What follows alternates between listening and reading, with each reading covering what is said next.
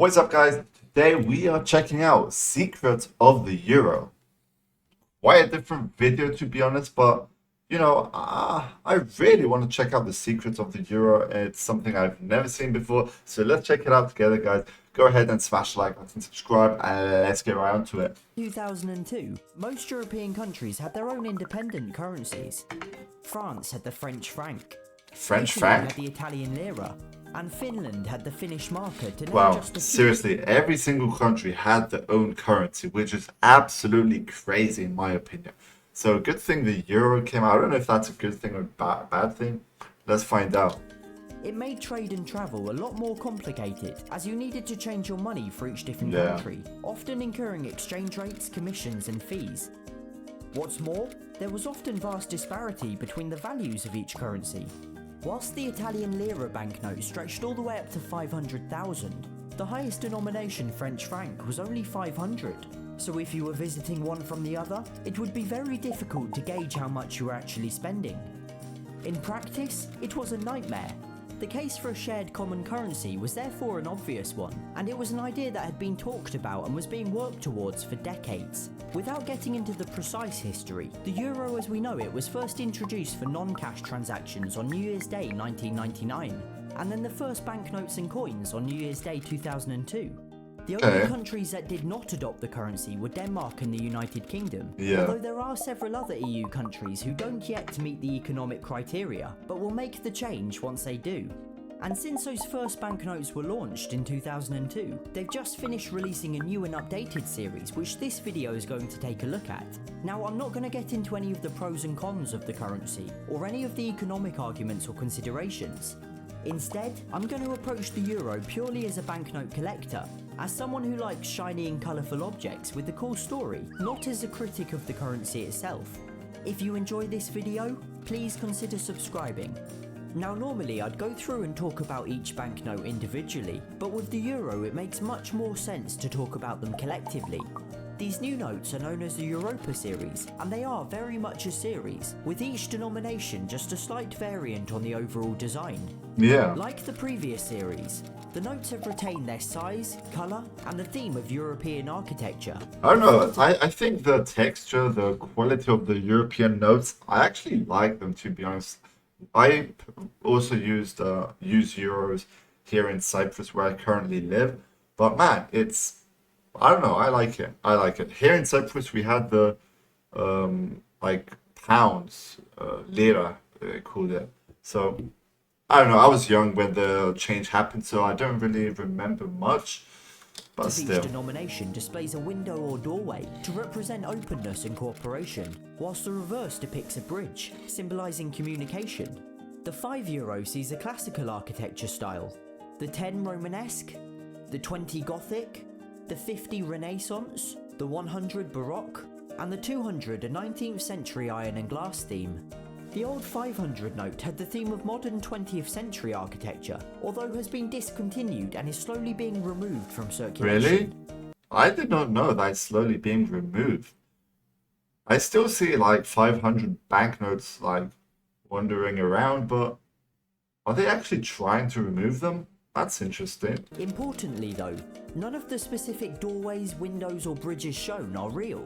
They're fictional designs, intended to represent each of the original members but without unfairly representing one more than the other. Okay. Also, like the previous series, the reverse of each note features a map of Europe, although this time including Malta and Cyprus, who have both since joined the Eurozone. You see, Cyprus, that's where I'm actually living. That's crazy. There's Cyprus right here in the corner, and that's probably Malta, I think, yeah? Malta, Greece, Cyprus right here. That's interesting, man. That is really interesting.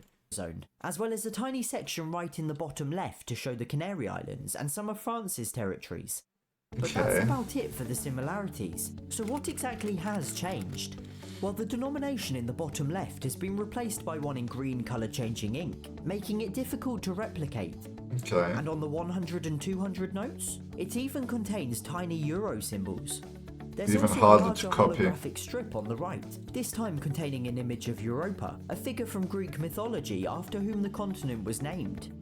Europa can also be seen in the watermark of each note, alongside the denomination and piece of architecture. although admittedly it does kind of resemble a kid's drawing. In terms of other security features, both series are fairly similar.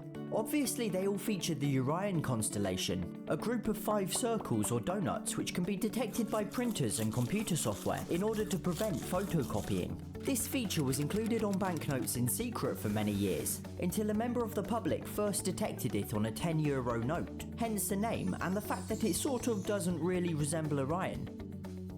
Under UV light, certain elements of the notes glow to indicate their authenticity, including the stars in the flag and the stars around the architecture, as well as certain sections of the reverse. Tiny glowing flecks are also visible, something they purposely add into the paper, again to show their authenticity. Okay. The new notes have Wow, there's so many like security measures in the euro notes. It's crazy. I didn't even imagine. I didn't know there was so many security checks. But I mean, it's probably to avoid people photocopying. I mean, there probably is some ways you can get exact same copies, but that's just, I don't know, really hard to get your hands on for sure. added another really cool security feature in the form of these short diagonal lines on the edges of each note. If you fold the notes round to form a circle, they perfectly line up, indicating that the note is likely genuine, as counterfeiters can have difficulty being so precise with their printing. And these notes have introduced some microprint too, seen in the stars in the middle of the note. If you look extremely closely, you'll see the word euro repeating in 3 different alphabets. It's Again, crazy. something that counterfeiters cannot achieve. So with many inexpensive different printers. things. And what is probably my favourite hidden feature? Each note is secretly a flag of Europe in disguise. How What? cool is that? Wait, what? However, having said all that, you'd be right to accuse these Oh, notes it is. Wow, I didn't notice that. of being boring.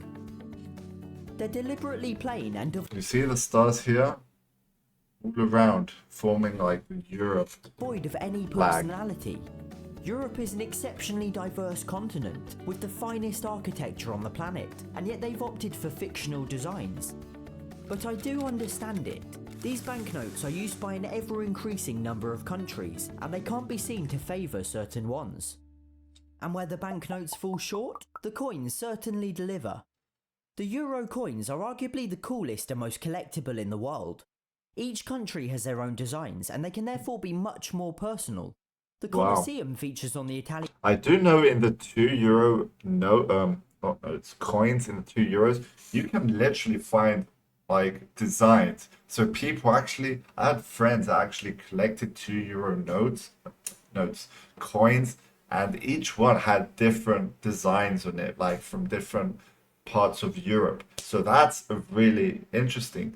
And you never know, like having a whole collection of different designs on the coins, on the €2 coins. I mean, that could be in some like profit, like later on in the years, right? It's like a collection. Anyways, 5 cents, for example, and the Brandenburg Gate on the German 10. And even some countries that aren't EU members have their own coins, such as San Marino and Vatican City. okay. In total, there are more than 300 different designs across the different values and countries, see? making them an absolute dream for collectors. They most That's certainly exactly make what I up for said. the lack of variation on the banknotes. But if that's still not enough, there are some euro banknotes that are decidedly more interesting. What is that? This is a €0, a souvenir note What? printed on real banknote paper. Really? With real security features and authorised by Really? the European Central Bank. I've never It has a seen watermark or heard of this before. Zero? Like zero, bro. glows under UV light, and feels and looks exactly as you'd Crazy. expect a real euro to. And whilst this one features the atomium in Brussels, like the coins, there are literally hundreds of different designs. So whilst the euros themselves might be slightly dull, that's necessary. They're the second most traded currency in the world, and represent such a vast population area. And though they might have sacrificed some infinitely more interesting notes in the process, we got some pretty cool coins out of it, and the euro has undoubtedly made life a lot easier. Okay, that was an interesting video. At least I learned a few things that I did not previously know about the euro, which is good to know if you have the euro currency in your everyday life. So that was very good to know. The security measures for sure, so you don't get in your hands some fake euros, that won't be too nice. But anyways, let me know what you thought about this video. Let me know what you want me to react to next. Send the links in the comment section below. And yeah, guys, thanks for watching. Like, up, subscribe, and we'll see you next time. Peace out, guys.